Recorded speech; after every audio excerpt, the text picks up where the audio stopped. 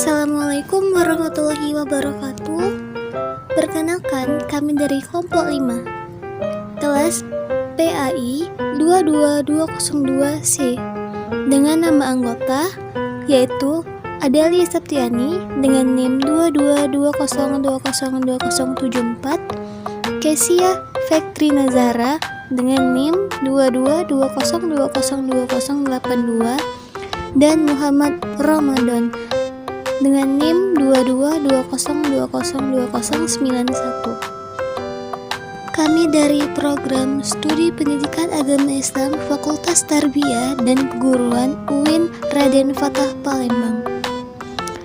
Di sini, kami akan membahas tentang sistem nilai dalam kehidupan manusia. Manusia sebagai makhluk sosial selalu hidup bersama, dalam arti manusia hidup dalam interaksi dan interdependensi sesamanya. Manusia saling membutuhkan sesamanya, baik jasmani maupun rohani. Dalam proses interaksi inilah diperlukan nilai-nilai, norma, dan aturan-aturan, karena ia menentukan batasan-batasan dari perilaku dalam kehidupan masyarakat.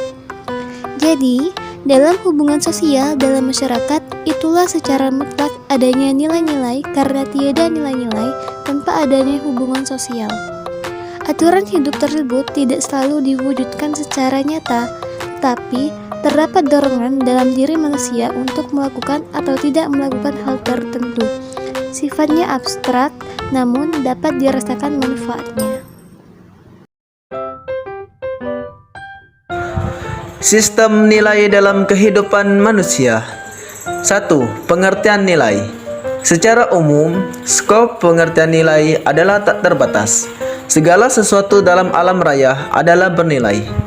Nilai adalah seluas potensi kesadaran manusia. Nilai-nilai sedemikian universal dan tak terbatas. Tetapi ada pula orang yang membatasi nilai-nilai dalam arti tertentu, yakni sebagai norma tertentu. 2. Bentuk dan tingkat-tingkat nilai. Para ahli membedakan bentuk nilai-nilai berdasarkan untuk bidang apa nilai itu efektif berfungsi. Misalnya, ada nilai hukum, nilai moral, nilai ekonomi, nilai estetika, dan sebagainya. Edward Spranger membedakan nilai berdasarkan interest pribadi manusia. Ada 6 tipe manusia karena kepribadian orang itu menganggap salah satu nilai-nilai tersebut paling utama, dominan bagi hidupnya. Nilai-nilai tersebut ialah nilai religi, nilai ilmiah, nilai ekonomi, nilai politik, kekuasaan negara, nilai estetika, dan nilai sosial, nilai kemanusiaan. 3. Nilai-nilai pendidikan dan tujuan pendidikan. Menurut Nur Syam, bahwa pendidikan secara praktis tak dapat dipisahkan dengan nilai-nilai terutama yang meliputi kualitas kecerdasan, nilai ilmiah, nilai moral, dan nilai agama, yang semuanya tersimpul di dalam tujuan pendidikan, yakni membina kepribadian ideal.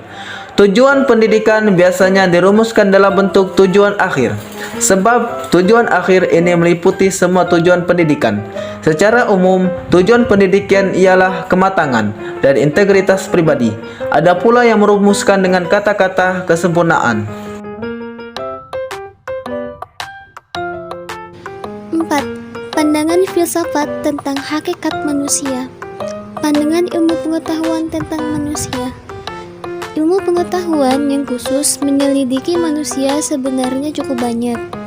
Ada ilmu pendidikan, ilmu sosiologi, ilmu kesehatan, genetika, bahkan ilmu ekonomi, ilmu politik, ada pula ilmu jiwa yang akhir-akhir ini makin berkembang.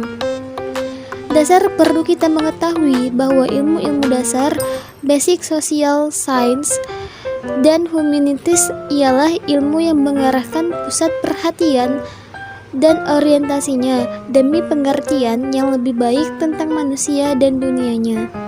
Ilmu-ilmu itu meliputi sejarah, ilmu bumi, ekonomi, politik, keragaman, negara, sastra, dan filsafat. 5. Masalah rohani dan jasmani. Makhluk manusia yang disebut dengan istilah yang bermacam-macam seperti Homo faber, Homo sapiens, Homo rational, animal sosial mencerminkan gambaran apa yang terkandung sebagai sifat asasi manusia.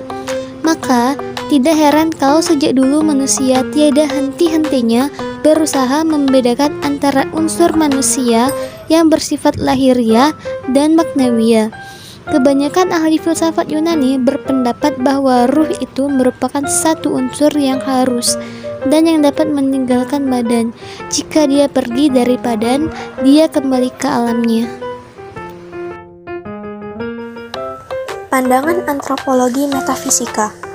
Antropologi metafisika berkesimpulan bahwa hakikat manusia integritas antara kesadaran dan dapat dijelaskan secara singkat. Yang pertama, manusia sebagai makhluk individu atau individual being. Yang kedua, manusia sebagai makhluk sosial atau social being. Dan yang ketiga, manusia sebagai makhluk susila atau moral being. Selanjutnya, kepribadian manusia dan pendidikan. Pendidikan dalam wujudnya selalu bertujuan membina kepribadian manusia, baik demi ultimate goal apapun bagi tujuan-tujuan dekat. Tujuan akhir pendidikan ialah kesempurnaan pribadi. Prinsip ini terutama berpangkal pada asas-asas self-realisasi, yakni merealisasi potensi-potensi yang sudah ada di dalam martabat kemanusiaannya. Esensial kepribadian manusia yang bersimpul dalam aspek-aspek yaitu individualitas, sosialitas, dan moralitas hanya mungkin menjadi realita atau tingkah laku dan sikap melalui pendidikan yang diarahkan kepada masing-masing esensia itu.